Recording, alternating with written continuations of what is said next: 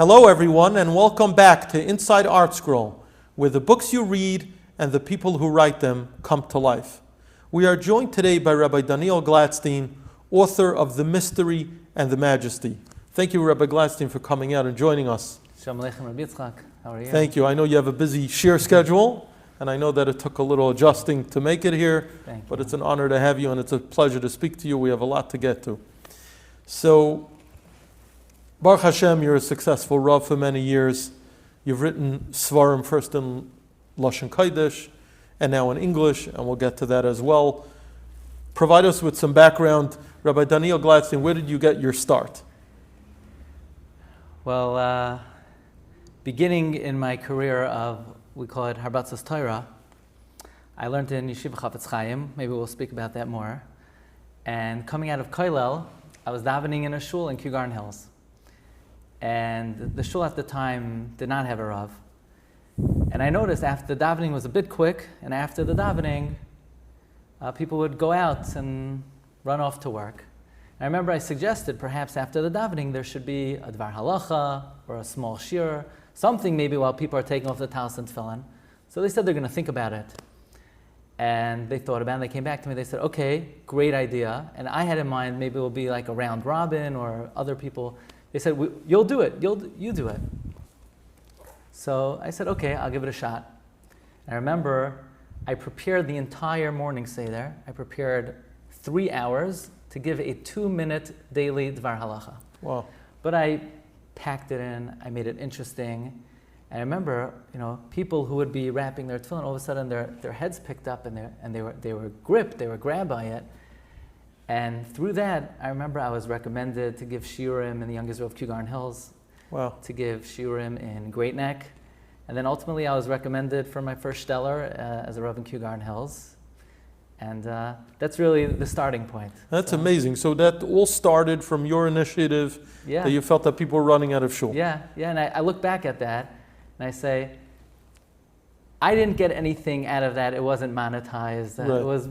It was, I guess, for a noble intention. It was l'shem shamayim. And sometimes when you do a small thing, l'shem shamayim, the Rebbeinu Shalom chooses that to be the springboard. Did you see yourself as someone who was a Maggid Shir at that point? You were a younger man learning in... I was a younger man learning in the Yeshiva Chafetz Chaim Kollel. Yeah. And I imagine you were learning Be'iyun in the morning. I was learning Be'iyun in the morning. I was learning Bekis in the afternoon. I was learning Shulchan Aruch in the afternoon. When I got married, my wife said, what are you going to do? Right. I thought I was going to be a high school Rebbe. I thought I was going to go into Chinuch. Did I see myself in Rabbanos in this capacity? One of my first stints in giving shiurim was Shavuos night in our shul in the Agudah of Avenue L. And I remember... So you grew up in Flatbush? I grew up in Flatbush, yeah. And you were davening Agudah of Avenue L. The Rav at the time was... So I grew up, Rabbi Yitzchak Izbi. Rabbi Yitzchak Izbi was the Rav. Was the Rav. Right. And he had a big hashpah on me. Oh. And then later on, Rav Pinchas Breuer. Right. And I think it was during Rabbi Breuer's tenure. Now, of course, Rav Moshe Tuvia Leaf, who's close to our family. And my father encouraged me, give a shir Shavuos night. They're looking for someone to fill up a slot. I remember how nervous I was. I literally prepared from Pesach until Shavuos, like a Seder and a half a day. I remember the amount of preparation that went into my first year. Oh. And then over the years, I got the hang of it. And that was as a bacher you gave that shir? I was already married. You were married, okay. Yeah. Do you remember the topic? Yes. The subject was the mysterious ancestry of David HaMelech, which till today is many people's favorite shiurim online. And, right. Yeah. And that was your first shir? That was my first shir I gave. And then a short while later you started giving these morning... Yeah, a few years later. This became like an annual shtetler, the Shavuos night. You would go to your parents for Yom Tif? My parents for Yom Tif and give that shir. And slowly started branching off, and the rest is history. Right. Now, learning in Yeshiva Chafetz Chaim, did you have a kesher to anyone in particular there? Yeah, so it's interesting. This past Shabbos, I spoke for the Syrian community in Brooklyn. And I spoke at the shul of Rav Duvi ben Shushan. And I'm friendly with Rav Duvi. Rav Duvi said, Rabbi Glatstein, you know who we think did the biggest service for you? I said, no, tell me. He said, Yeshiva Chafetz Chaim. I said, Rav Duvi, how do you know about Chafetz Chaim? He says, what I know is that in some yeshivas, at a young age, they get caught up. They're learning Reb Chaim, and they're learning Reb Baruch Ber, and learning Reb Shimon Shkop. But to read a Gemara, to read a Rashi, to read a Tosfos, that's not always the strong point. And Chafetz Chaim gave you such strong skills in reading and being able to deliver information in a crystal clear way that, don't take that for granted. So that's what Rav Duvi had to say. But of course, I have many influences. Once you speak about yeshiva, so I went to Chafetz Chaim in 9th grade. My 9th grade Rebbe was Reb David Harris, who was now the Rosh Yeshiva of the yeshiva together with Rabbi Grumblatt. Right. And I had an all-star lineup in the yeshiva. Rabbi Jacobson, Rabbi Turkwa, the Rosh Yeshiva in Tfaras Yisrael. So that was before they opened up the elementary school? So the elementary school and the high school, elementary school actually was open first. I was in Tartmima for elementary school. And but my high school lineup of Rabbeim was really all-star. And I want to mention I also had a Rebbe, a very special Rebbe to me, Rebbe Eliyahu Meza, who used to learn with us the Sfarim of Rav Itzla Petterberg. And I learned these Sfarim in 10th grade and 11th grade, 15, 16 years old. And Rav Itzla's writings as a Bachar, a young Bachar, made a very big Rosh Hashanah, especially his pieces about the Yom Naram. And I'm proud that, 20 years later, 25 years later, two particular pieces from Rav Itzla Petterberg are featured prominently in the Mystery and the Majesty. So sometimes things you learn as... it's the Girsa de Yankusa. Girsa de Yankusa, yeah. Wow. So you were in Chafetz Chaim through the system, we would say, through Beis Medrash. Yes. Did you go at all to learn in Eretz Yisrael? No. You did not. Interesting. With I have many interests, and my Sfarim interests are very varied very wide. But in yeshiva, I was in the Chafetz Chaim system throughout. Tfaras Yisrael, Eretz Yisrael, and then the Rabbinical Seminary of America, they call it, Chafetz Chaim in Queens for many, many years. And I continued learning there until 2 Star Madei, until pretty recently. That's really incredible, because you don't see that nowadays, especially where people seem to be bouncing around elementary school and then for Mesivta and then for Beis Medrash, maybe 2 different yeshivas and then back to Eretz Yisrael and then back to America. So to have some kind of continuity and really, you could tell me if it's correct, but imbibing the values, ideals, and flavor of a certain mahalach definitely has some tremendous value. Tremendous. I feel I got really a very solid foundation in learning, in Iyun, in Musar, and Hashkafa Satar from Chafetz Chaim. And of course, from there, many other influences also helped me develop as well. Now, the Rosh Yeshiva was Reb Henoch Leibowitz. Did you have a kasher at all with Reb Henoch? So when I got to Yeshiva Chafetz Chaim in Queens, it was Reb Henoch's last year giving shir. Wow. And Baruch Hashem, I was zocheh to be in his shir the last year he gave shir. Wow. So, Baruch Hashem. Yeah, Reb Henoch was special, right. Yeah, right. He was a prince in Torah, and one of the most important limudim he brought to the yeshiva is the honor, the privilege of being a marbitz Torah. That sometimes people look down, they go, what do you do for a living? Are you a Rebbe, you're a Rav? Oh, okay, so you didn't make it. But the yeshiva gave the Talmidim a real pride to feel that you have the privilege to be in the best job in the universe. What better endeavor could you be involved in than emulating HaKadosh Baruch Hu's Malamed Torah L'Ama Yisrael? It is indeed a great schus, and you have a particular schus that besides for being a Rav and a marbitz Torah in person, you have an incredible influence online. I think we'd be remiss if we didn't mention the wonderful people at TorahAnytime who have given people a platform, people such as yourselves who have so much to give, so much to offer in terms of Torah, the opportunity to do so to people all over the globe. If you could comment on that for a moment. The privilege that I have to be affiliated with TorahAnytime, it's very hard to put into words. Just to give you a little bit of an illustration of the reach that a speaker has through TorahAnytime. So even the way that developed, I was a young Rebbe at the time in a shul in Queens, Kahal Taras Emes, and it was what we call an old pulpit synagogue was like a startup job. And the membership was dwindling. It was an older membership. And I started building up the shul through shiurim mostly. And I remember the first weekly shiur was a Wednesday night. We had like 5-6 people at the shiur. We were sitting around the table eating rugelach, potato chips. And maybe the next week we had 8-9 people, 10 people, and that's where it capped out.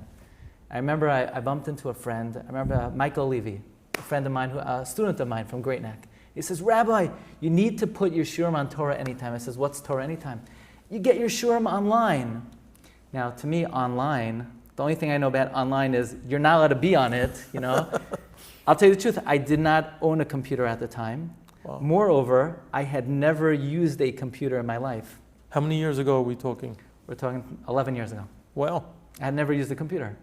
Even in high school, we took computers in class, and somehow I just took the tests, but I had not used a computer. And I said, Michael, what's TorahAnytime going to do for what's online? You don't understand. More people are going to listen to your shiurim. I said, Michael, I get 11 people at the shiur. You know, I can't get the people to come. Who else is going to listen to the shiur? Trust me, you got to get. So TorahAnytime started on Main Street in Kew Garden Hills. And I met them, and they gave me a camera to record one of my shiurim. And I got into the swing of it. And I remember one week going into the office, Reuven Kol Yaakov says, Rabbi Glatstein, do you know how many people watched your shiur this week? I said, how many? He said, 700 people. I said, what? 700 people watched my shiur? It would take me, you know, something like 2 years to get that number of people composite in the shul. Right. And now, 10 years later, 700, if I wake up in the morning, and from 12 a.m., 700, that was a bad night. Wow. So, you know, the reach of TorahAnytime is lo ye'uman ki yisupar. The numbers, the far-reaching effect of TorahAnytime.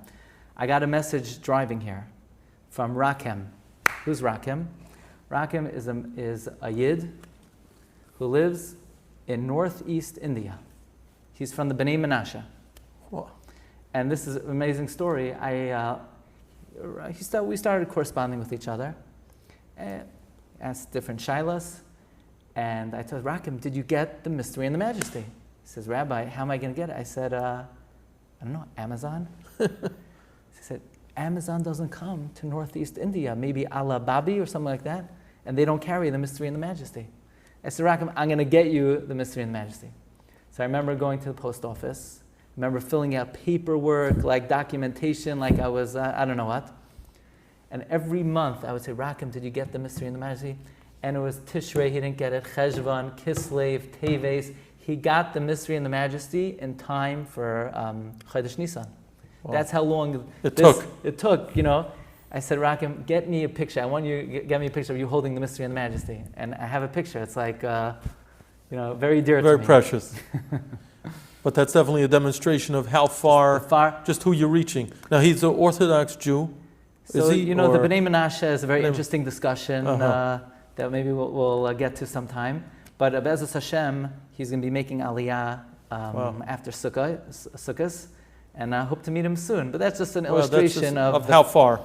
Here, that's an illustration of the composite effect of TorahAnytime and ArtScroll. So here you have these two great revolutions of Torah dissemination, and coming together, you know, sending an ArtScroll to a student who listens to Shiurim online. That's really that's very special. And we know that, I mean, those of us like myself who have benefited from your shiurim online know that you give an unreal number of shiurim on quite a wide gamut of topics. So I have to just ask you, when do you prepare? Because on a daily basis, I mean, you could tell us how many shiurim you're giving, and just the time that it takes to prepare. I know you said that you spent from Pesach to Shavuos to prepare your first shiur. I imagine you've cut down the preparation time since then. Right. So how do you do that? Barachamei Shamayim, Siyata D'Shmaya. Do you have a Seder Hayom to do that? That was really the real question.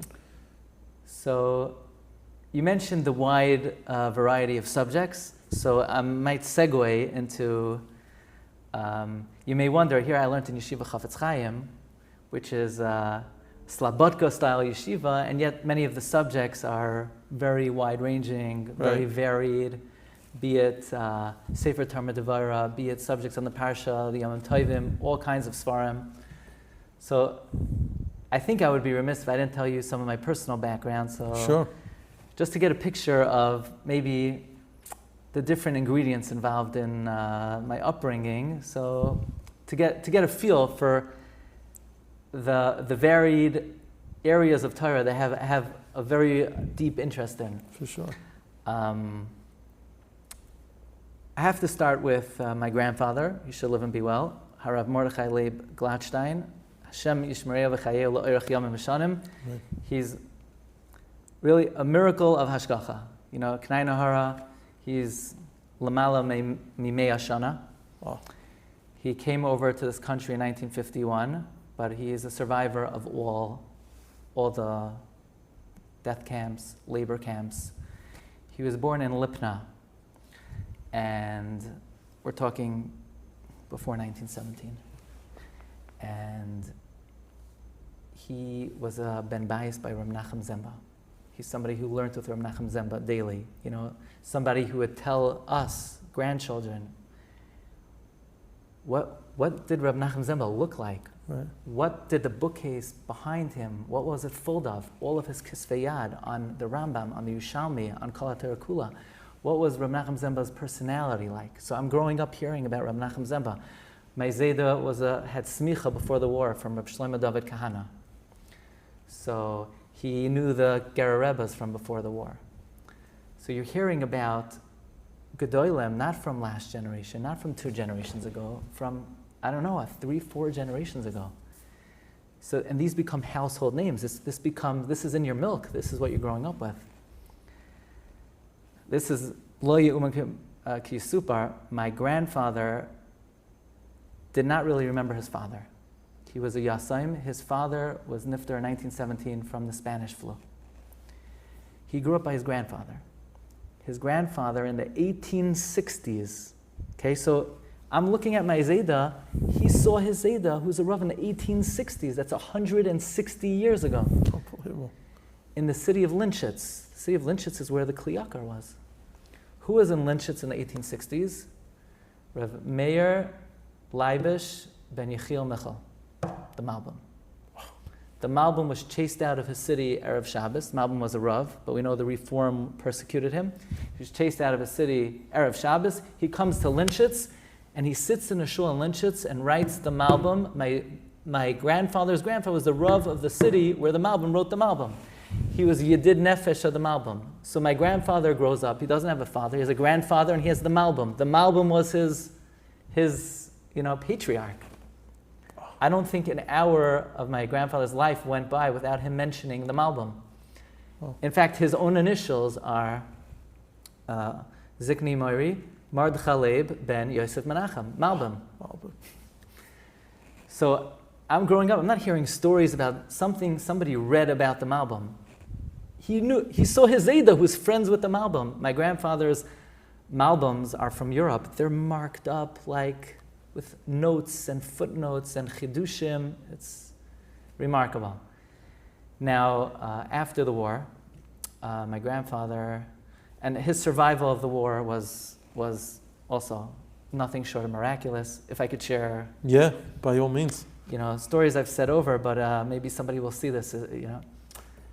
He was headed to the crematoria with his brother Henach. He was together with his brother all the years, and his brother says, Martha, my throat is so parched from the fires. I need a drink. We're going to die before we get there. And my grandfather said, no, if we take a drink now, it's going to delay our death. So they're headed into the crematoria. And with one foot in, the Nazi grabbed both of them by their chup, by their hair, pulled them out and said, you could work, get out. So they were already, on the brink of death. And stories like that happened a number of times. One year, I remember in the Aguda Yisrael Beis Binyamin, it was Leil Pesach, and my grandfather sees an old man walking to him. And who is this man? Rav Meir Lachman, Zechron Levracha. And they were together in Auschwitz. And this Meir Lachman Zechron turns to me, he says, you know, your Zayda, he knows how to daven. He said, Shkoyach, he knows how to daven. You know, like, he doesn't, every moment of his life was learning Mishnayos, learning Gemara. To my grandfather, in his 90s, he said, the hardest part about turning 90 years old is that the Rashi oisiyos get a little smaller. So of course he knows how to daven. He said, no, you don't know what I mean when I say he knows how to daven. I saw him in the labor camps. I saw him in the death camps. He would be saying Tehillim. The Nazi would come, club him over the head. He would fall unconscious for 24 hours, and he would wake up, and he would continue where he left off. It's interesting, there's a book written by George Topaz, Zichron Livracha, I believe he was nifta recently, who records he was on the cattle car with my grandfather. And he says, on the cattle car, everyone gave up hope. They couldn't breathe. People had to perform bodily functions. It was only a matter of time before they all passed on. And my grandfather called out, Yidden, we have to say Vidoy, we have to say Shema Yisrael in our last moments. And he writes, George Topaz writes, Rabbi Glatstein somehow survived the war. So the Americans bombed the railroad tracks, and the American army, led by General Henning Linden, liberated my grandfather. And the American general came to my grandfather. He gave him his pistol, and he said, Rabbi, take revenge against the enemy. And my grandfather says, revenge?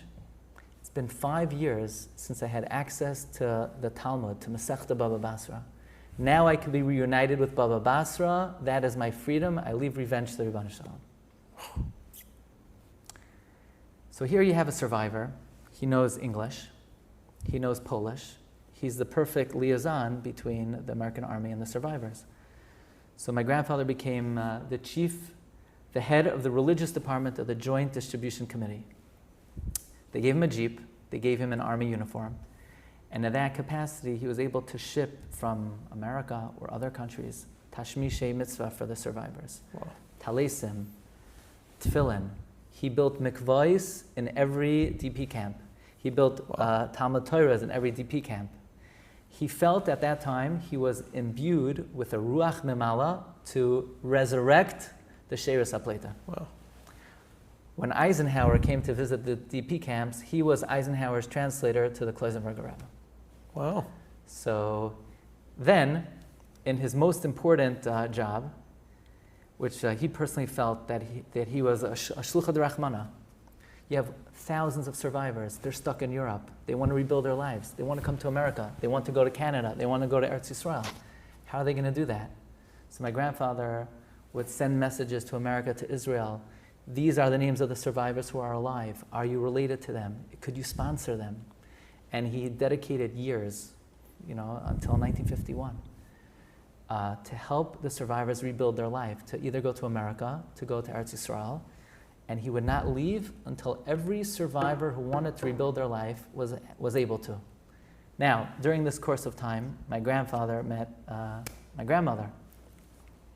My grandmother is the daughter of the Rav of Sachachav, the Sachachav Rav, the last Rav of the city of Sachachav, Rabbi Yehuda Leib Volman, Hashem Yimkaim Damai, who the Aguda offered Rav Volman. They said, you're a young Rav, you have a promising career, we're going to carve out a position for you.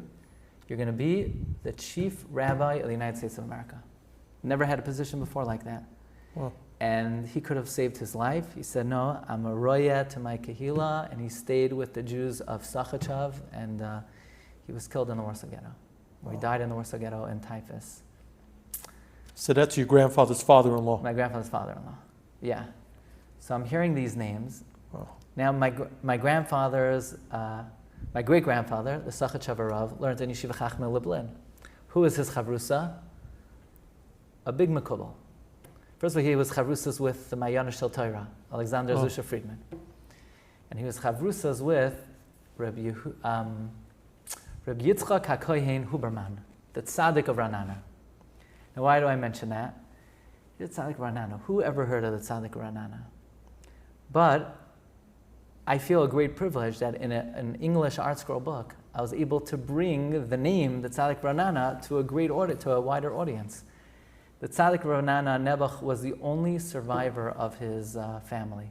He's a sachachavar. He's the only survivor of his family. And he came to the city of Ranana, I think it's near Bnei Brak, and he was an ani ve'evion. He couldn't even afford paper. He used to write letters to my grandfather. He would correspond with my grandfather because my grandfather was the son-in-law of his former chavrusa. And he would write the letter on the envelope because he couldn't afford paper. Wow. And he wrote a sefer on Chumash called Ben La'ashri Bracha Meshulashes. He didn't have children, and he writes in the opening page that anyone who learns his sefer, he will be mispalo for them in the Olam HaEmes, that they should have bracha v'hatzlacha.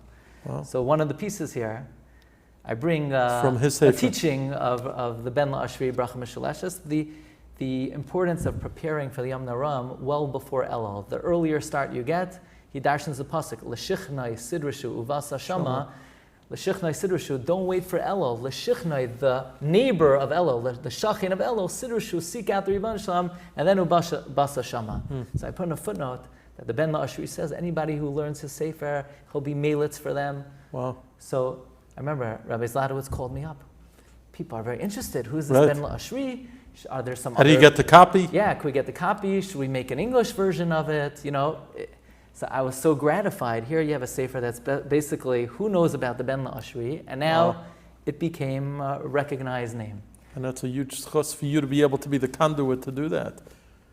Yeah. But that's an amazing history. And would you say that these are accounts that you've heard from your grandfather himself? Sure. Yeah. I grew up hearing these stories. Wow. I grew up hearing about the Rav of Linschitz, who knew the Malbim. My grandfather's other grandfather is Rav Pesach Moshe Goldman, who is a Talmud of the Kotzker Rebbe. He was a Talmud of Rabbi Yeshua Mikutna. Rabbi Yeshua Mikutna also stopped an average yeshiva guy. Do you ever hear of the Yeshua's Malkai? I don't know. It's not such a common name. Right. But he was instrumental in publishing the Yeshua's Malkai. So Be'ezus Hashem, there's another book coming out with Hashem's help on Chanukah and Tu B'Shvat. So there's a piece, the revelation of Rabbi Shua Mikutna. So it's very gratifying for me to bring the names of these Gedolim to the greater public. Now, in general, youngsters don't have such an appreciation for history. And it's only later on in life, sometimes when it's too late, that they finally say, wow, this is fascinating, I have to tap into it. At what age did you get that appreciation that you have a grandfather who's a literal fount of history and information and hashkafa and values and memories and, just the treasure trove? Yeah. Was it when you were very young, or did it just... It's something they have a natural inclination to appreciate. Okay. It's very meaningful to me to understand where did I come from. Right. And I also want to mention the influence of my parents. Obviously, you have to start with your mother. Ani avdecha ben amasecha. And obviously everything my mother put into me, and she's taught me discipline. She taught me focus. And the love that she instilled in me, stays with me ad hayom and weiter. And talk about the influence of my other grandparents also. Rabbi Mrs. Stanley Hirschfang, Shimon Hirschfang. Also, it's interesting, I've been a Rav in a shul for more than 10 years. And obviously one of the challenges of shul life, especially in a young generation, is the decorum. Interesting. My grandmother's father, Shlomo Zalman Glick, he came over from Poland before the war. He wasn't a rabbi. He wasn't a Rav. It was at a time where Haskalah was making very big inroads in many families.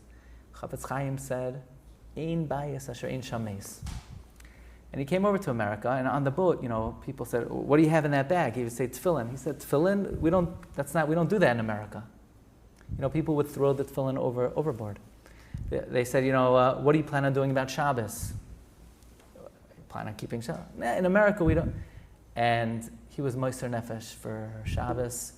Every single week, he basically lost his job. The boss said, "Come in tomorrow or don't come in Monday." And he would get fired week after week after week, until he proved himself such a successful worker that he was able to maintain a job. He invented a number of different patents in the garment industry. But he comes to Flatbush in the early days of Flatbush. He's, looking around at the shuls. He was basically self-taught. He opens up the Shulchan Aruch. And Shulchan Aruch says, talking by davening, we know what the Shulchan Aruch says. And we know what the Shulchan Aruch recommends, that how it's treated. And basically he started a revolution in the early days of Flatbush, in Rav David Shul. And a lot of the awareness about Kavarat Tefillah came from my great-grandfather. Wow. So really, from both sides, I grew up hearing about early Gedolim, great people. People were Meiser Nefesh for Torah, for Am Yisrael. And I try to take that with me a little bit. And, when Rav Meir Shapiro became the Rav of Lublin, so he said as follows. He said, Lublin is a great city. This is the city of the Marshal. And really, al pi derech eretz, b'makom gedolim al tamoid. You cannot stand in the place of great people. Rav Meir Shapiro says there's another way to read it. Al tamoid, you can't be oimed, you can't be stationary. If you come from great people, then you have to stand on their shoulders and take it a little bit further. So I view it, I already come with giants and try to at least maintain a little bit of what they brought to the forefront. But you asked me, at what point in time was I interested in the family history? Right. So this is also a very important influence in my life. My father is Olga Zunstein. My father is an attorney. But during the weekends, he was an international lecturer. He lectured for Isha Torah, the Discovery Program. And this is when I'm 9 years old, 10 years old, 11 years old, 12 years old. And I used to go with my father on Sundays, on Shabbosim, all over the country, college campuses. And there would be 400 people, 500 people. And he would give these presentations that were fire and brimstone, that were so powerful about Torah min hashamayim, about the eternity of the Jewish people, about hashgacha pratis. And he would always speak about my grandparents and their miraculous salvation from the Holocaust, and how the Jewish people have a mission in this world and a purpose in this world, and to bring the light of Torah to all of Klal Yisrael. And you would see people who don't know Shema Yisrael. I don't know even if they knew that there's one Ribbon Shalom. And you would see them literally change in 1 hour. Oh. You would see, it was like Maimed Har Sinai. And a lot of the impact came from the stories about my grandparents. So this is, family tradition. And this had a very big impact on me as well. That a Yid, doesn't matter what their affiliation is. It doesn't matter Ashkenazi, Sephardi. It doesn't matter their level of knowledge. When they're exposed to authentic Torah, the Jewish heart melts. That's what they're seeking. That's what they want. So that was a very big influence on me as well. Now, your father's a successful attorney, and some might think naturally that his son should have become a successful attorney. So what does your father think today, that Baruch Hashem, his son is a successful Rav? And, what was the mindset then when you, I guess, reached a crossroads in life, whether to go to law school? Was that ever something that you considered? I'm putting you on the spot here. No. When I was in yeshiva, Baruch Hashem, I was a very good bacher. I was very immersed in my learning. Nafshi chashka bat Torah, and my parents appreciated that. And look, my grandfather is a Rav. Now, Rabbanus is not for the faint-hearted. It's not for everybody. Right. But, my father in his capacity was marbitz Torah on a grand scale. So I'm following in the footsteps of my parents, grandparents as well. So as a busy Maggid Shir, as someone who's engaged in Rabbanus, I imagine there's no question that this takes a toll somewhat on the home front. How do you balance that? I don't balance it. My wife balances everything. To her credit, really, Baruch Hashem, a lot of the success is only because of her. she takes all the responsibility of the house. And people always ask, you're giving this shiur at this time, you're traveling here, what does your wife say? What does your wife? I'm always asking, your wife lets? And the answer is yes. She is gives me the absolute full support for every project. There's nothing that she'll never say, well, you already do so why don't you just... No. Everything is with her blessing and full support, so Hashem should bench her to have nachas from the mishpacha, from all of us, and it's really all to her credit. Amen. When you entered the Rabbanis 15 some odd years ago, were you nervous? I mean, let's say the first Yom Nairam, Rosh Hashanah, Yom Kippur, you're leading the Kehila. It's a different experience. Yeah, so at first I was so stage shy. Oh. Every drush I gave, I would rehearse, I don't know, a half a dozen times. And it's funny, I remember the first drush or so I called my father and I said, Daddy, here, you want to hear my first drasha? So of course I start with a joke. Now I have to tell you, I don't know if I'm allowed to do this, but the Rav Huberman, the Tzaddik Ranana, he has an unbelievable vart. The Gemara in Shabbos Lamed Aleph says Rabbah would always start off with Mosa de. So he says, but leka midi delay ramizi by raisa, everything has to be alluded to the Torah. Where in the Torah is there a remez? You have to start off with a joke. He says v'haya, ein v'haya ela lashin simcha, ekev.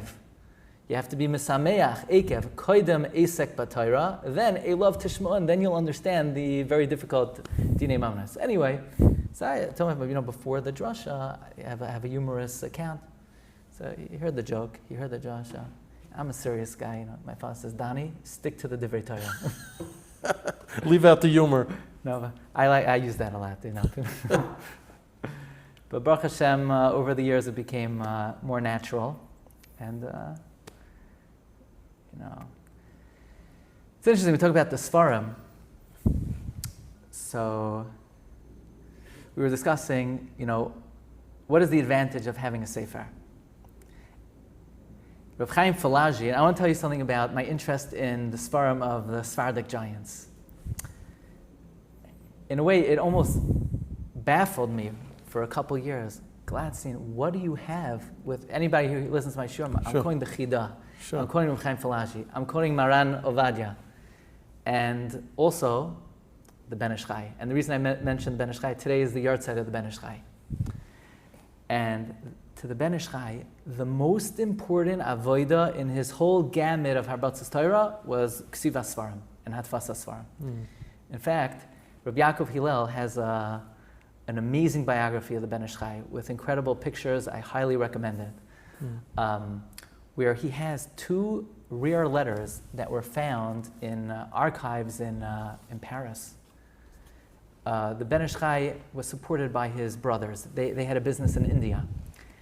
And the business went sour. Actually, there's a whole account. His brothers were imprisoned in India, and the Ben Ish Chai did not have a source of income. And Ben Ish Chai writes that to him, worse than the fact that he can't put food on the table is he can't publish his Sfarim. And another account, Ben Ish Chai says that he writes to a very wealthy woman. He says, it is so painful to me that I can't publish my Sfarim, and I have a Sefer Torah in my possession. This Sefer Torah is from the 16th century. It is so thin that the klaf is like a klipas hashum, like the breadth of a klipas habatza, like the thickness of an onion. And you can't take it out to read, but having it in your house is a bracha. You could carry it on Simchas Torah. This is my prized possession.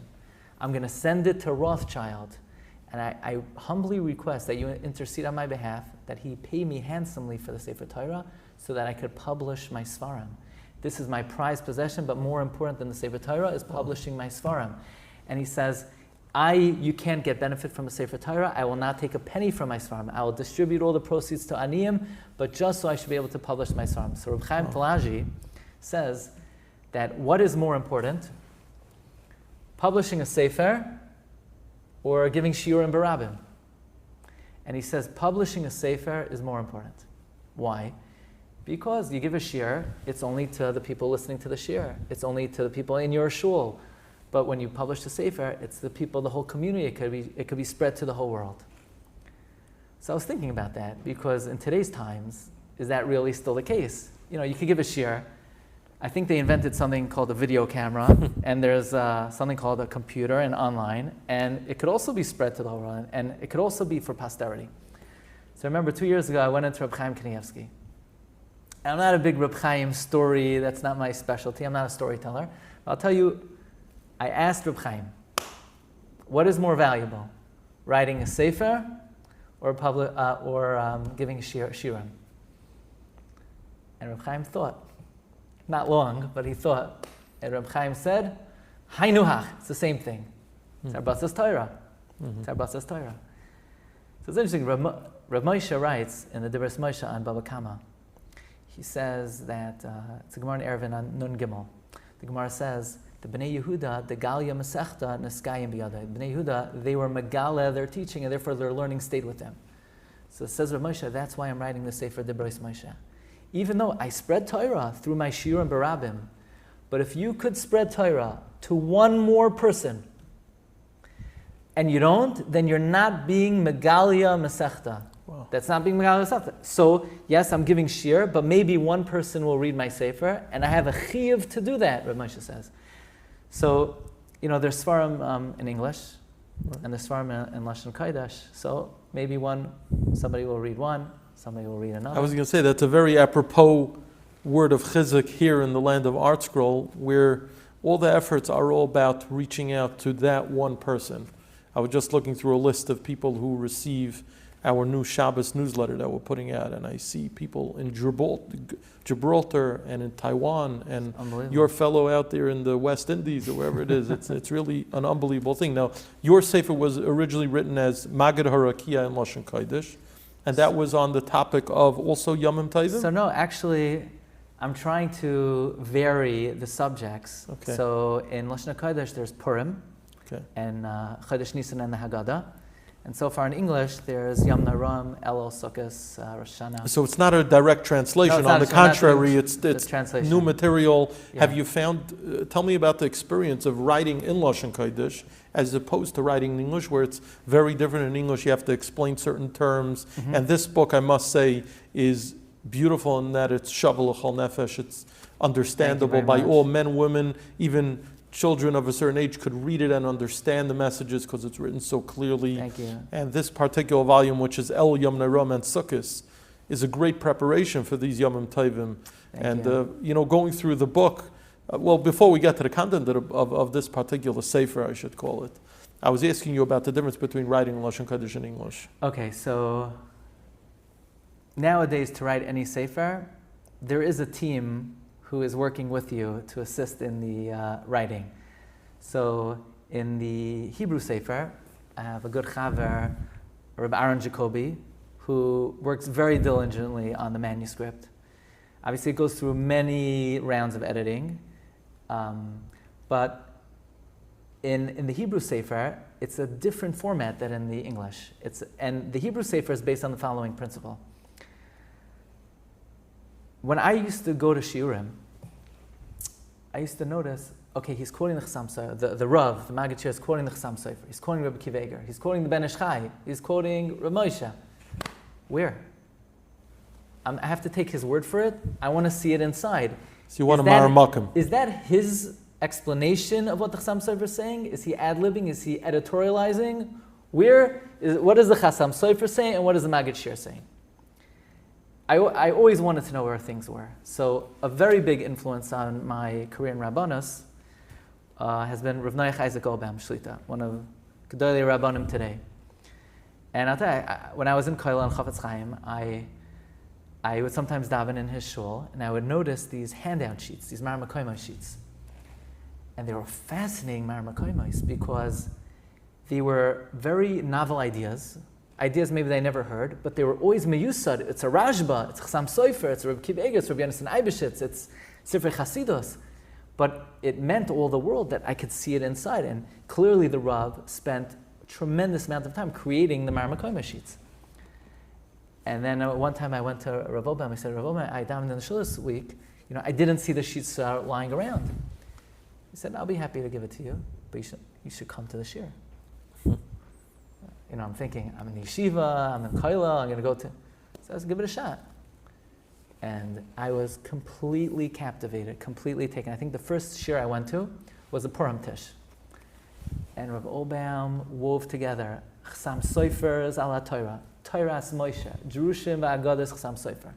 And everyone was documented. Verbatim also, right? Verbatim. And Rabbi Obam has the koyach, he could take something on the page, and when he says it over, it comes to life.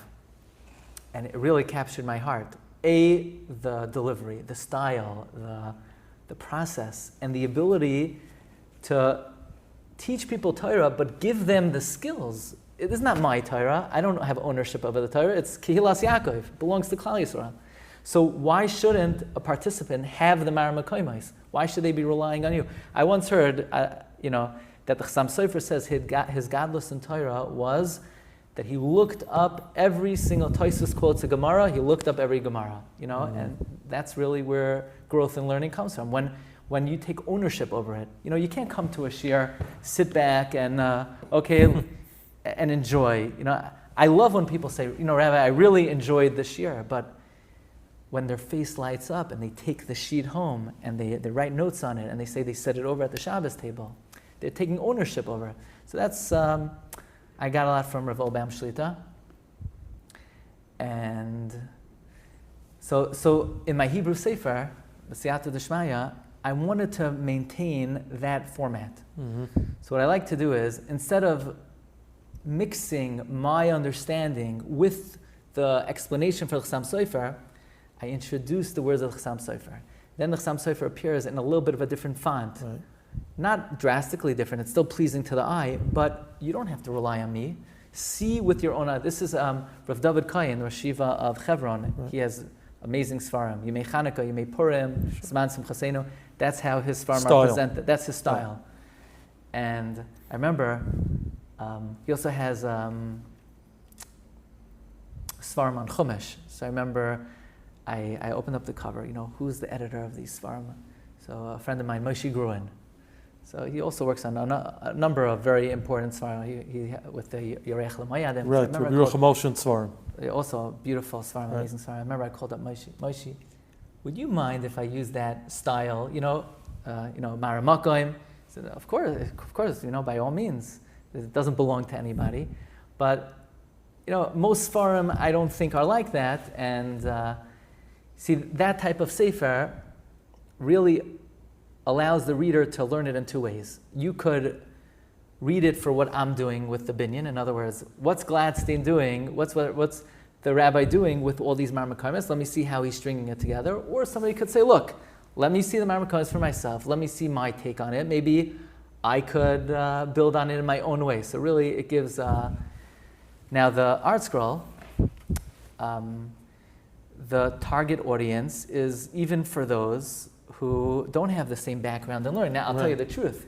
You would think, the Hebrew Sfarim are for the learned people, for the Rabbanim, and the English Sfarim are for the layman. No.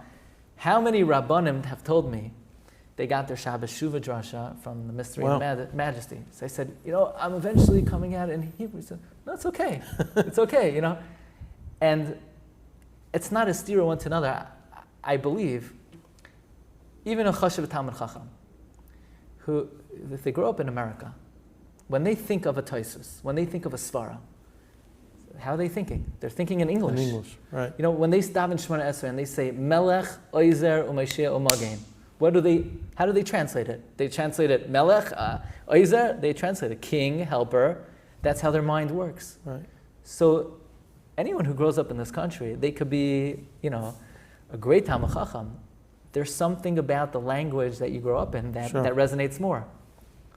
Now, I noticed in this Sefer also you source everything at the end of the chapter. Everything is sourced. And that's one of your I guess, identities almost. That's your thing. And in your shiurim as well. You're very, very careful about noting everything, sourcing everything. Again, that's very important to me, that somebody should be able to open up a Sefer.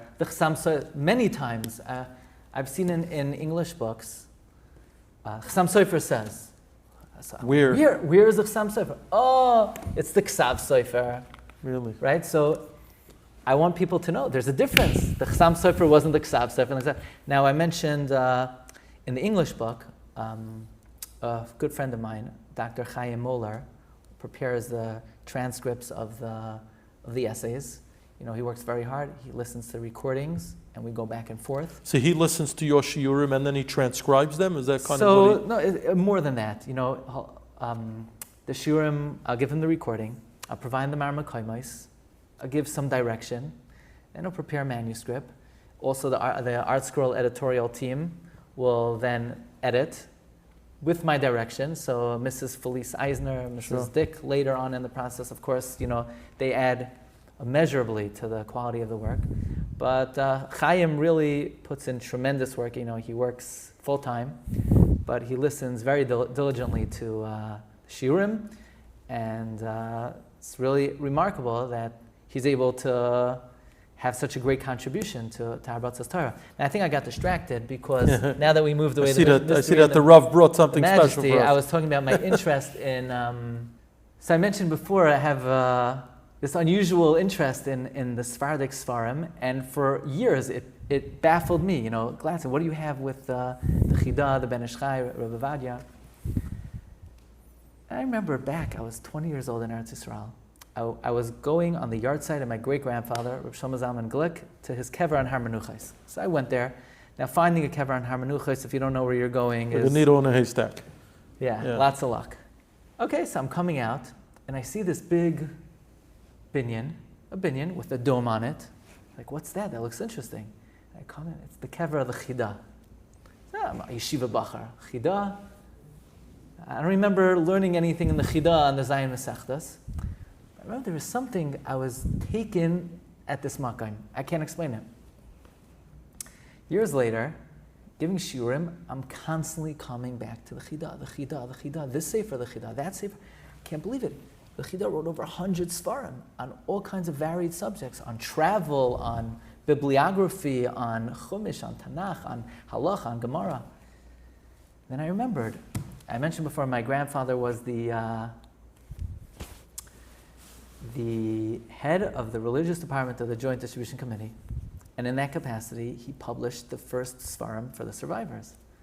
Well, what was the first sefer published in 1945 by the American Joint Distribution Committee?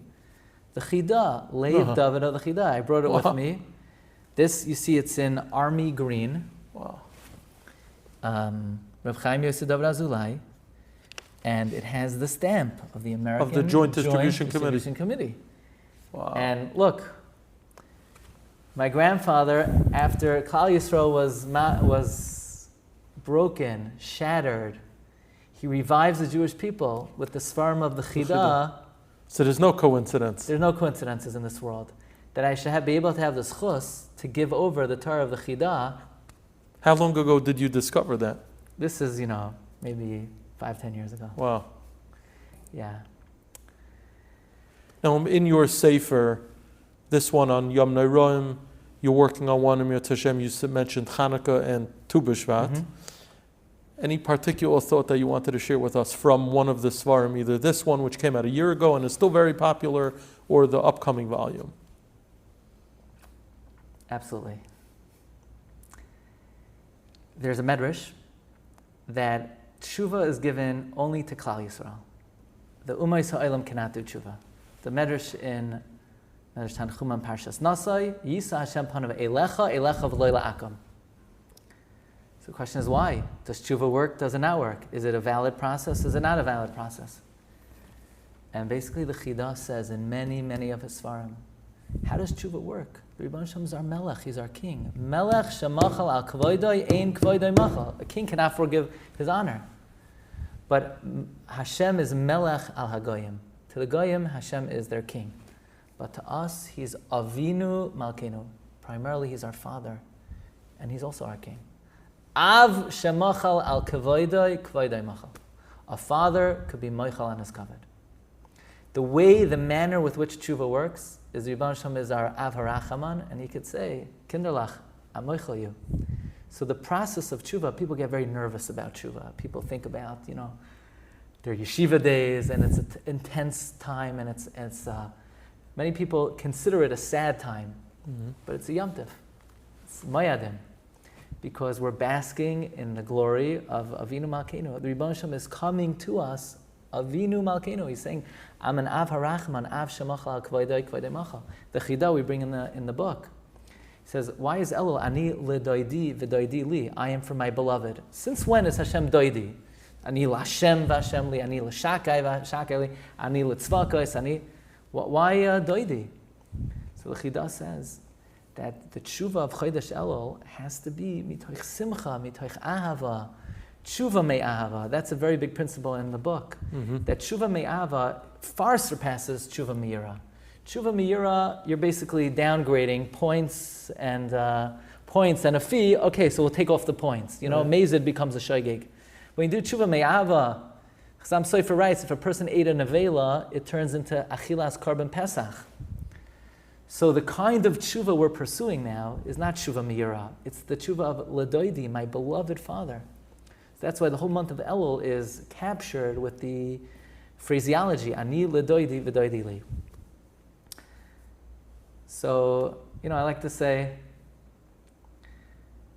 Baruch Hashem, I have a great zchus. I was able to see my grandfather, Mordechai Leib Glatstein, my grandfather, Reb Shimon Hirschfang. When I was a young boy, 12 years old, I used to go to his house every week to learn Masechta for my bar mitzvah. We learned Masechtas together, sure. Mishnah Berurah, volumes of Mishnah Berurah together. I think if there's one message to young generation, is the Sforno writes in Parshas Va'era, it's not a coincidence that Moshe, Aaron, and Miriam all came from the same family. Why? One superstar, no? Moshe, Aaron, and Miriam. The Sforno says, because, and this is something Rav Henoch Leibowitz taught and brought out from the Sforno, that Moshe was the son of Amram. Amram was the son of Kahas. Kahas was the son of Levi. Levi outlived all the Shvatim. Moshe, Aaron, and Miriam were simply the beneficiaries of being able to connect to the previous dairais. Oh. So, Bachram go to yeshiva. Young married people, they start their own families. They speak to their rabbanim. But to connect to the earlier dairais, we have to rise up, we have to get up and stand on their shoulders. So it's definitely an important message for younger generations, where sometimes people take their families for granted, their parents for granted, grandparents for sure. And now that Baruch Hashem youngsters are zeicha to have grandparents and great-grandparents, many of us were not zeicha to that. It's definitely a very poignant message. Any closing thoughts, Rabbi Glatstein? It's really such a great honor to be here at the ArtScroll studio, and I thank you, Rabbi Yitzchak, for taking the time to speak today, and Hatzlacha and all your amazing work. Appreciate it. ArtScroll at the Yated. Thank you. Bracha v'Hatzlacha. We're in Parshas Kisavai Nitzavim Vayelech. In the introduction to the book, we bring an amazing goyim. So many people have commented on this goyim, on the Vilna goyim. The Vilna goyim says we basically have 10 parshiyos in Sefer Devarim. Nitzavim Vayelech we're going to count as one. They correspond to the 10 centuries of the last millennia of Jewish history, from the year 5000 to the year 6000. So Devarim is the year 5000 to the year 5100, and so on and so forth. That means Kisavai is basically the years 1840 to 1940. Could there be any more of an exact graphic depiction of the years 1840 to 1940, the years leading up to the Holocaust, persecution, devastation of the Jewish people, than the Teichacha? This is the Teichacha. What you read in the Teichacha is 1840 to 1940. Now, the Gra said this before. But then, what are the years 1940 to 2040? Nitzavim Vayelech. Now, 1940 to 1945 is still, the Teichacha continues, and we read about it in Nitzavim. Gafris, Vamelech, Sreifa, Kol Arza, Loi Sizara, V'loi Satzmi. This is what? Ba'af uvechemo v'ketzav gadol. I once saw in a sefer, Deus Hashem. Ba'af uvechemo v'ketzav gadol is gematria ha'pisrain ha'achrain, the final solution. But then in in Nitzan Vayelech, 1940-2040, it says, the psukim, you're going to be sent to a foreign land. But ki lo yisi shachach mi pizaroi, the Torah will never be forgotten.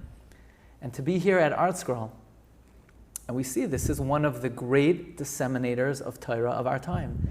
This is the organization that ensures, in fact, the Torah will not be forgotten. Baruch Hashem, there are many venues today through technology, and of course, the renaissance of the yeshiva world and all the chassidos. But ArtScroll has a major role in the fruition of this nevuah, ki lo yisi shachach mi pizaroi.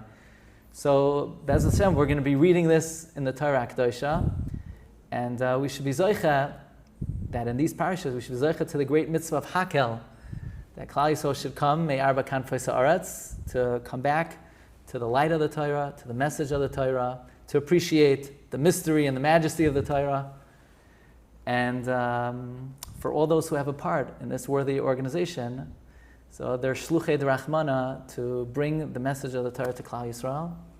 Thank you so much for having me and Thank you. For listening. Thank you so much.